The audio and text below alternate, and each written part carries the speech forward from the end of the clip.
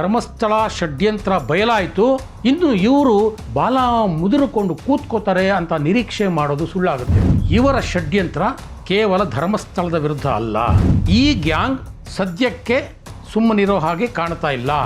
ಈಗ ಯಾರ್ಯಾರು ಪಾತ್ರಧಾರಿಗಳು ಸಿಕ್ಕಾಕೊಂಡಿದ್ದಾರೋ ಇದರ ಹಿಂದಿನ ಸೂತ್ರಧಾರಿಗಳ ಅಜೆಂಡಾ ಬಹಳ ದೊಡ್ಡದಾಗಿದೆ. ಇವರ ಎಲ್ಲ ಹೋರಾಟಗಳು ಕರಾವಳಿಯ ಈ ಹಿಂದೂ ಶ್ರದ್ಧಾ ಕೇಂದ್ರಗಳ ವಿರುದ್ಧವೇ. ಧರ್ಮಸ್ಥಳದ ನೆಪ ಇಟ್ಕೊಂಡು ಸನಾತನ ಹಿಂದೂ ಶ್ರದ್ಧಾ ಕೇಂದ್ರಗಳ ಮೇಲೆ ದಾಳಿ ಮಾಡೋದೇ ಎಡಪಂಥೀಯರ ಮೂಲ ಉದ್ದೇಶ.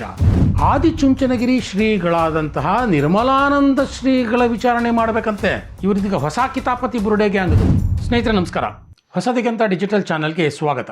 ಈ ಧರ್ಮಸ್ಥಳ ಬುರುಡೆ ಕೇಸ್ ವಿಚಾರವಾಗಿ SIT ಪ್ರಾಥಮಿಕ ವರದಿಯನ್ನು ಬೆಳ್ತಂಗಡಿ ನ್ಯಾಯಾಲಯಕ್ಕೆ ಸಲ್ಲಿಸಿದೆ.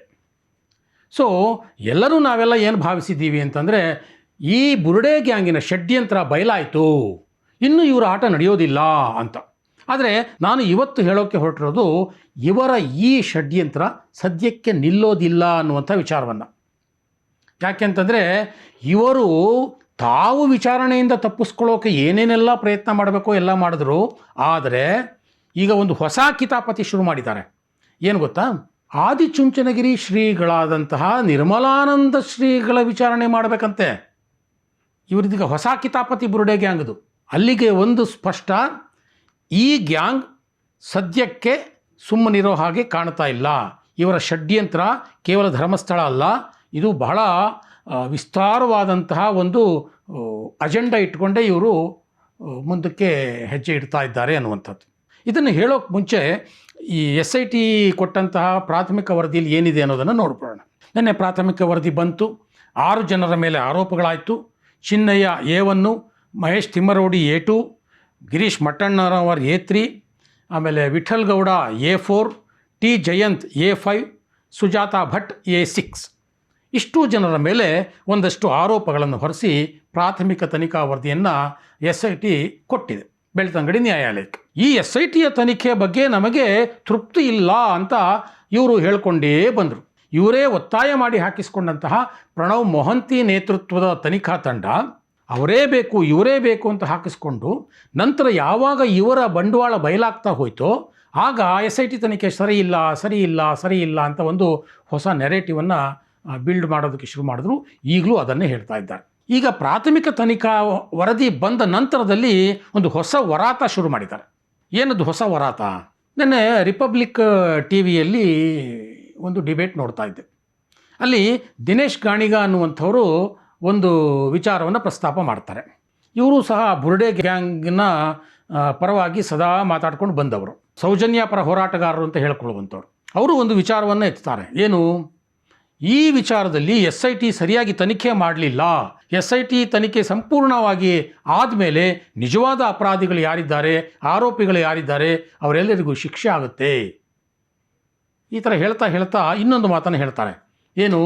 ಆದಿಚುಂಚನಗಿರಿಯ ನಿರ್ಮಲಾನಂದ ಶ್ರೀಗಳನ್ನು ಯಾಕೆ SIT ವಿಚಾರಣೆ ಮಾಡಲಿಲ್ಲ? ಬಹಳ ಶಾಕಿಂಗ್ ಅದು. ಕೆಲವೇ ದಿನಗಳ ಹಿಂದೆ ಇವರು ಈ ರೀತಿಯ ಒಂದು ಒತ್ತಡವನ್ನು ಹಾಕಲಿಕ್ಕೇ ಒಂದು ನೆರೇಟಿವ್ನ ಬಿಲ್ಡ್ ಮಾಡ್ತಾ ಬಂದರು. ಏನು?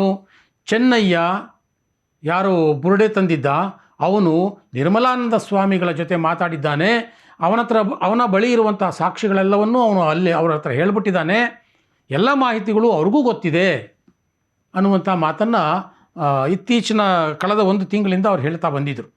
ಈಗ ಹೊಸ ಕಿತಾಪತಿ ಏನು ಅಂದರೆ ಅವರನ್ನು ವಿಚಾರಣೆ ಕರೆಸಿ ಅಂತ SIT ಅವರು ಈಗ ಏನು ವರದಿ ಕೊಟ್ಟಿದ್ದಾರೋ ಅದನ್ನು ಕೂಡ ನಾವು ಸ್ವಾಗತ ಮಾಡ್ತೇವೆ. ಆದ್ರೆ ಸ್ವಲ್ಪ ದಿನ ಕಾಯಿರಿ. SIT ಕೊಟ್ಟಿರೋದು ವರದಿ ಮಾತ್ರ, ಚಾರ್ಜ್ ಶೀಟ್ ಅಲ್ಲಲ್ಲ. ನಿಮ್ಗೆ SIT ಅವರು ಏನೇನ್ ಮಾಡಿದ ಅಲ್ಲ, SIT ಅವರು ಮಾಡಿರುವ ತನಿಖೆಯನ್ನ ಮುಂದಿನ ದಿನಗಳಲ್ಲಿ ಜನರ ಮುಂದೆ ಇಡೋಣ. SIT ಯಲ್ಲಿ ಯಾವ ರೀತಿಯಲ್ಲಿ ತನಿಖೆ ಮಾಡಿದ್ದಾರೆ, ಯಾರು ಷಡ್ಯಂತ್ರ ಮಾಡಿದ್ದಾರೆ, ಯಾರು ಯಾವ ರೀತಿಯಲ್ಲಿ ಆರೋಪ ಮಾಡಿದ್ದಾರೆ, ಎಲ್ಲವೂ ಕೂಡ ಬಹಿರಂಗ ಆಗ್ತದೆ. ನೀವ್ ಇವತ್ತು ಹೇಳುವ ಎಲ್ಲ ಒಂದು ವಿರೋಧವನ್ನು ಕೂಡ ನಾವು ಸ್ವಾಗತ ಮಾಡ್ತೇವೆ. ಯಾವತ್ತೂ ಕೂಡ ನಾವು ಹಿಂದಡಿ ಹಾಕೋದಿಲ್ಲ ಹೋರಾಟಗಾರರು. ಮುಂದೊಂದು ದಿನ ಸತ್ಯ ಹೊರಗ್ ಬರ್ತದೆ, ಖಂಡಿತ ಸತ್ಯ ಹೊರಗ್ ಬರ್ತದೆ. ಆರೋಪಿಗಳ ಅಂತೇಳಿ ಯಾರನ್ನು ಬಿಂಬಿಸ್ತಾರೋ, ಯಾರು ಆರೋಪಿಗಳಾಗಿ ಒಳಗಿರ್ತಾರೋ ಸ್ವಲ್ಪ ದಿನ ಕಾಯುವಲ್ಲ. ಈ ವರದಿ ಮೇಲೆ ನೀವು ಇಷ್ಟೊಂದು ಖುಷಿ ಪಡ್ಕೊಂಡು ಮಾತಾಡ್ತಾರಲ್ಲ, ಕೆಲವೊಂದು ಮಾಧ್ಯಮದಲ್ಲಿ ಕೆಲವರು ಮಾತಾಡ್ತಿದ್ದಾರಲ್ಲ, ಹಾಗಾದ್ರೆ ಅಲ್ಲಿ ಏನು ನಡೀಲೇ ಇಲ್ಲ. ಧರ್ಮಸ್ಥಳದಲ್ಲಿ 20 ವರ್ಷಗಳಲ್ಲಿ ಏನು ನಡೀಲೇ ಇಲ್ಲ. ಎರಡೇ ವಿಷಯಗಳನ್ನು ಹೇಳ್ತೀನಿ. ಎರಡೇ ವಿಷಯಗಳನ್ನು SIT ಪೂರ್ತಿಯಾಗಿ ತನಿಖೆ ಮಾಡಿದೆ. SIT ಒಂದು ಯಾಕೆ ಸ್ವಾಮಿಗಳು ನಿರ್ಮಲಾನಂದ ಸ್ವಾಮಿಗಳ ಹತ್ರ ಇದೇ ಚಿನ್ನಯ್ಯ ಹೋಗಿದ್ದಾನೆ. ಇದೇ ಚಿನ್ನಯ್ಯ ಹೋಗಿ ಅವನೇ ಹೇಳಿರುವಂತ ಸತ್ಯ ಸಿಎಂ ಅವರಿಗೆ ಸ್ವತಃ ಅವರು ಹೇಳಿದ್ದಾರೆ. ಸಿಎಂ ಅವ್ರ ಜೊತೆ ಮಾತಾಡಿ ನಾನು ಗಾಣಿಗ ಸರ್, ಇವಾಗ ಏನ್ ಸರ್ ನೀವು ನಿರ್ಮಲಾನಂದನಾಥ ಶ್ರೀಗಳನ್ನು ಆರೋಪಿ ಸ್ಥಾನದಲ್ಲಿ ಕಟಕಟೆಯಲ್ಲಿ ನಿಲ್ಲಿಸ್ತಿದ್ದೀರಾ? ಇಲ್ಲ ಕೇಳಿ, ನಾವ್ ಹೇಳೋದೇನಂತ ಕೇಳಿ. ನೀವೇ ಅದನ್ನ ಉಲ್ಟಾ ಹೇಳಿ ಸರ್, ನಿಮ್ಗೆ ಕೇಳ್ತಿರೋದು ಹೇಳಿ. ಅವ್ರ ಮೇಲೆ ಆರೋಪ ಮಾಡ್ತಾ ಇಲ್ಲ, ಅವ್ರ ಮೇಲೆ ನಾವು ಆರೋಪ ಮಾಡ್ತಾ ಇಲ್ಲ, ಸ್ವಾಮಿಗಳ ಮೇಲೆ ಎಲ್ಲೂ ಆರೋಪ ಮಾಡ್ತಾ ಇಲ್ಲ. ಆದ್ರೆ ನಿಷ್ಪಕ್ಷಪಾತವಾಗಿ ತನಿಖೆ ಮಾಡ್ತಿರುವಂತ ಒಂದು ದೊಡ್ಡ ತನಿಖಾ ಯಾಕೆ ಸ್ವಾಮಿಯರ ಹತ್ರ ಹೋಗಿ ಆ ಬಗ್ಗೆ ವಿಶ್ಲೇಷಣೆ ಕೇಳಲಿಲ್ಲ, ಹೇಳಿದಾರಲ್ಲ. ಇವಾಗ SIT ಸ್ವಾಮೀಜಿನ ಕೂಡ ವಿಚಾರಣೆ ಮಾಡಬೇಕಾಯ್ತು. Sorry sir. ಅಲ್ಲಿಗೆ ಒಂದು ಸ್ಪಷ್ಟ, ಇವರ ಷಡ್ಯಂತ್ರ ಕೇವಲ ಧರ್ಮಸ್ಥಳದ ವಿರುದ್ಧ ಅಲ್ಲ. ಈಗ ಯಾರ್ಯಾರು ಪಾತ್ರಧಾರಿಗಳು ಸಿಕ್ಕಾಕೊಂಡಿದ್ದಾರೋ ಇದರ ಹಿಂದಿನ ಸೂತ್ರಧಾರಿಗಳ ಅಜೆಂಡಾ ಬಹಳ ದೊಡ್ಡದಾಗಿದೆ ಅನ್ನುವಂಥದ್ದು ಸ್ಪಷ್ಟವಾಗಿ ಗೊತ್ತಾಗುತ್ತೆ. ಸೊ ಚಿನ್ನಯ್ಯ ಅವರ ಜೊತೆ ಮಾತಾಡಿದ ಅನ್ನೋ ಕಾರಣಕ್ಕೆ ನಿರ್ಮಲಾನಂದ ಶ್ರೀಗಳ ವಿಚಾರಣೆ ನಡೆಸಬೇಕು ಅಂತ ಹೇಳೋದಾದರೆ SIT ಮಾಡಲೇಬೇಕು ಅಂತ ಒತ್ತಡ ಹೇರ್ತಲ್ಲ. ಒಂದು ಗ್ಯಾಂಗ್, ಒಂದು ಲೆಫ್ಟಿಸ್ಟ್ಗಳ ಗ್ಯಾಂಗ್ ಸಿದ್ದರಾಮಯ್ಯನವರ ಮೇಲೆ, ಅವ್ರ ವಿಚಾರಣೆ ಯಾಕೆ ಮಾಡಬಾರ್ದು? ಈ ಲೆಫ್ಟಿಸ್ಟ್ಗಳ ಗ್ಯಾಂಗ್ ಅನ್ನೋದನ್ನು ನಾನು ಹೇಳ್ತಾ ಇಲ್ಲ, ಸಿದ್ದರಾಮಯ್ಯನವರ ಸರ್ಕಾರದ ಮಂತ್ರಿಗಳಾಗಿರುವಂಥ ದಿನೇಶ್ ಗುಂಡೂರಾವ್ ಅವರವರೇ ಹೇಳಿದ್ದು. ಕೆಲವು ಎಡಪಂಥೀಯ ಗುಂಪುಗಳು ಮುಖ್ಯಮಂತ್ರಿಗಳ ಮೇಲೆ ಒತ್ತಡ ತಂದು SIT ರಚನೆಗೆ ಕಾರಣ ಆದರು ಅಂತ. ಸೊ ಆ SIT ರಚನೆಗೆ ಕಾರಣ ಆದಂಥ ಆ ಗ್ಯಾಂಗ್ ಏನಿದೆ ಅವರನ್ನು ಯಾಕೆ ವಿಚಾರಣೆ ಮಾಡಬಾರ್ದು? ಆ ಗ್ಯಾಂಗು ಮುಖ್ಯಮಂತ್ರಿಗಳಂತ ಬಂದು ಒಂದಷ್ಟು ಮನವಿ ಮಾಡ್ಕೊಳ್ತಲ್ಲ, ಮುಖ್ಯಮಂತ್ರಿಗಳಿಗೆ ಒಂದಷ್ಟು ಮಾಹಿತಿ ಇದೆಯಲ್ಲ, ಹಾಗಾದರೆ ಮುಖ್ಯಮಂತ್ರಿಗಳನ್ನು ಮಾಡಿ ಸ್ವಾಮಿ. ಮುಖ್ಯಮಂತ್ರಿಗಳನ್ನು ವಿಚಾರಣೆ ಯಾಕೆ ಮಾಡಬಾರ್ದು? ಅವ್ರಿಗೂ ಒಂದಷ್ಟು ಮಾಹಿತಿ ಇದೆಯಲ್ಲ ಅಲ್ವಾ? ಈ ಬುರುಡೆ ಗ್ಯಾಂಗು ತಾವೇ ಒಪ್ಕೊಂಡು ಹಾಗೆ ಆ ಬುರುಡೆ ತೊಗೊಂಡು ಡೆಲ್ಲಿಗೆ ಹೋಯ್ತಲ್ಲ, ಯಾರನ್ನೋ ಭೇಟಿ ಮಾಡ್ತಲ್ಲ, ಆ ಡೆಲ್ಲಿಗೆ ಹೋಗಿ ಯಾರನ್ನ ಭೇಟಿ ಮಾಡಿದ್ರಲ್ಲ ಅವ್ರನ್ನೇ ವಿಚಾರಣೆ ಮಾಡಿ ಅಂತ ಯಾಕೆ ಹೇಳೋದಿಲ್ಲ? ಈ ಬುರುಡೆ ಗ್ಯಾಂಗು ಅವ್ರನ್ನೂ ವಿಚಾರಣೆ ಮಾಡ್ಬೇಕು ತಾನೆ. ಹಾಗಾದರೆ ಇವರ ಲಾಜಿಕ್ ಪ್ರಕಾರ ಹೋಗೋದಾದರೆ ಅದು ಬಿಡಿ. ಧರ್ಮಸ್ಥಳದ ವಿರುದ್ಧ ಷಡ್ಯಂತ್ರ ನಡೀತಾ ಇದೆ ಅನ್ನೋದು ನನಗೆ ಸ್ಪಷ್ಟವಾಗಿ ಗೊತ್ತು ಅಂತ ಮೊದಲ ದಿನವೇ ವಿಧಾನಸೌಧದಲ್ಲಿ ಉಪಮುಖ್ಯಮಂತ್ರಿ DK ಶಿವಕುಮಾರ್ ಹೇಳಿದ್ರಲ್ಲ, ಅವ್ರಿಗೆ ಹಾಗಾದರೆ ಎಲ್ಲ ಗೊತ್ತಿರಬೇಕಲ್ಲ, ಅವ್ರನ್ನೂ ಕರೆಸ್ಬೇಕಲ್ವ ವಿಚಾರಣೆಗೆ? ಅವ್ರನ್ನ ಯಾಕೆ ಕರೆಸಲಿಲ್ಲ? ಅವ್ರನ್ನ ವಿಚಾರಣೆ ಕರೆಸಿ ಅಂತ ಯಾಕೆ ಈ ಬುರುಡೆ ಗ್ಯಾಂಗ್ ಕೇಳೋದಿಲ್ಲ? ಇದೆಲ್ಲ ಪ್ರಶ್ನೆಗಳಿಗೆ ಉತ್ತರ ಅವ್ರ ಹತ್ರ ಏನೂ ಇಲ್ಲ. ಆದರೆ ನಿರ್ಮಲಾನಂದ ಶ್ರೀಗಳನ್ನು ವಿಚಾರಣೆ ಕರೆಸಿ ಅಂತ ಮಾತಾಡ್ತಾರೆ. ಧರ್ಮಸ್ಥಳ ಒಂದು ನೆಪ, ಧರ್ಮಸ್ಥಳದ ನೆಪ ಇಟ್ಕೊಂಡು ಸನಾತನ ಹಿಂದೂ ಶ್ರದ್ಧಾ ಕೇಂದ್ರಗಳ ಮೇಲೆ ದಾಳಿ ಮಾಡೋದೇ ಎಡಪಂಥೀಯರ ಮೂಲ ಉದ್ದೇಶ. ಯಾರು ಸೂತ್ರಧಾರಿಗಳು ಅಂತ ನಾನು ಈ ಹಿಂದಿಯೂ ವಿಡಿಯೋದಲ್ಲಿ ಹೇಳಿದ್ದೆ.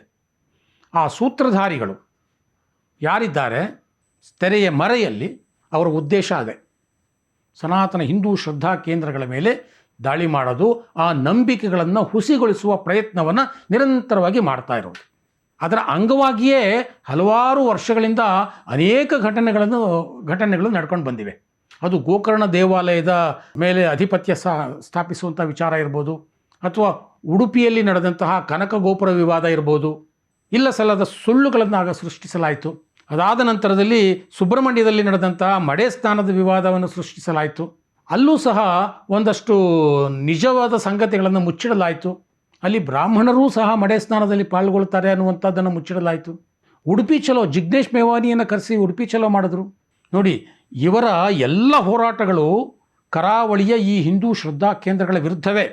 ಒಂದು ಸ್ಪಷ್ಟವಾಗಿರಬೇಕಲ್ಲ, ವಿಚಾರಣೆ ನಡೆಸೋದಾದರೆ ಎಲ್ಲರನ್ನೂ ವಿಚಾರಣೆ ನಡೆಸಬೇಕು. ಈಗ ನಿರ್ಮಲಾನಂದ ಶ್ರೀಯವರ ವಿಚಾರಣೆ ನಡೆಸಿ ಅಂತ ಕೇಳ್ತಾ ಇದ್ದಾರೆ. ಸೊ ಧರ್ಮಸ್ಥಳ ಷಡ್ಯಂತ್ರ ಬಯಲಾಯಿತು, ಇನ್ನು ಇವರು ಬಾಲ ಮುದುರಿಕೊಂಡು ಕೂತ್ಕೋತಾರೆ ಅಂತ ನಿರೀಕ್ಷೆ ಮಾಡೋದು ಸುಳ್ಳಾಗುತ್ತೆ. ಸದಾ ಇಂಥವರ ವಿರುದ್ಧ ಸಮಾಜ ಜಾಗೃತವಾಗಿ ಇರಬೇಕಾದಂತಹ ಒಂದು ಅನಿವಾರ್ಯ ಸನ್ನಿವೇಶ ಈಗ ಸೃಷ್ಟಿಯಾಗಿದೆ ಸ್ನೇಹಿತರೆ.